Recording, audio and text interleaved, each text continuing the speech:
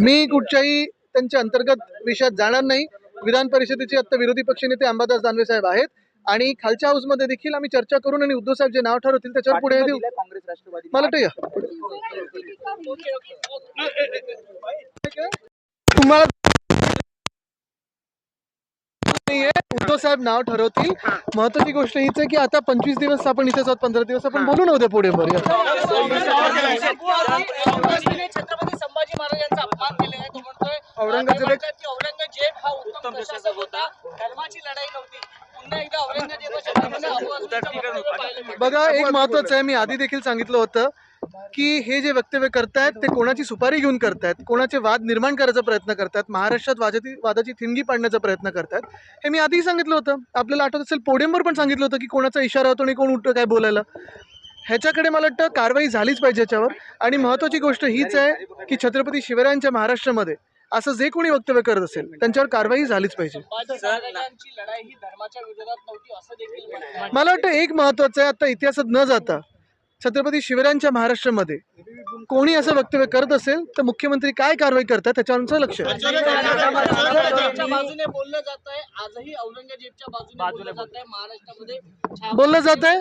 बोललं जात आहे. राज्य कोणाचं आहे, सत्ताधारी कोण आहेत, अटक झाली आहे, कारवाई झाली आहे. म्हणजे हे सगळे जे प्रेम दाखवतात ते स्टेजवरनं बोलायला दाखवतात की आता कारवाई करतील, ह्याच्यावर आता लक्ष आहे. आम्ही मागच्या वेळी देखील सांगितलं होतं जे चुकतील त्याला त्याच्यावर कारवाई झालीच पाहिजे. आणि मागच्या वेळी पण हे मी पोडियमवर बोललो असताना हाच विषय समोर आला होता. कायद्याची गरज नाहीये. कायदा म्हणजे महाराष्ट्र तुम्हाला महाराजांचा अपमान करतो याच्यावर कायदा पाहिजे. आता ते सोलापूरकर बोलले त्यांच्यावर कारवाई होणार आहे, ते कोरटकर की कोण बोलले त्यांच्यावर कारवाई होणार आहे. मग अबू अस्मी असतील, कोरटकर असतील, सोलापूरकर असतील, तिघांवर कारवाई झालीच पाहिजे. त्यांना बेड्यात ठोकल्याच गेल्या पाहिजे. कुठेही पळून गेले असतील जे. आता बघा, काही ठराविक लोक विमानात तुम्हाला बँकॉकला जाताना 5 तासात सापडतात. मग जे महाराजांचा अपमान करतात ते नाही सापडत तुम्हाला.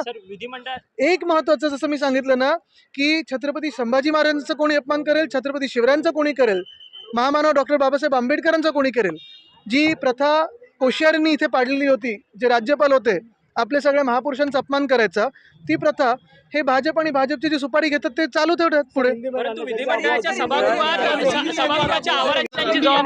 आता अध्यक्ष असतील, मुख्यमंत्री असतील, त्यांनी कारवाई केलीच पाहिजे.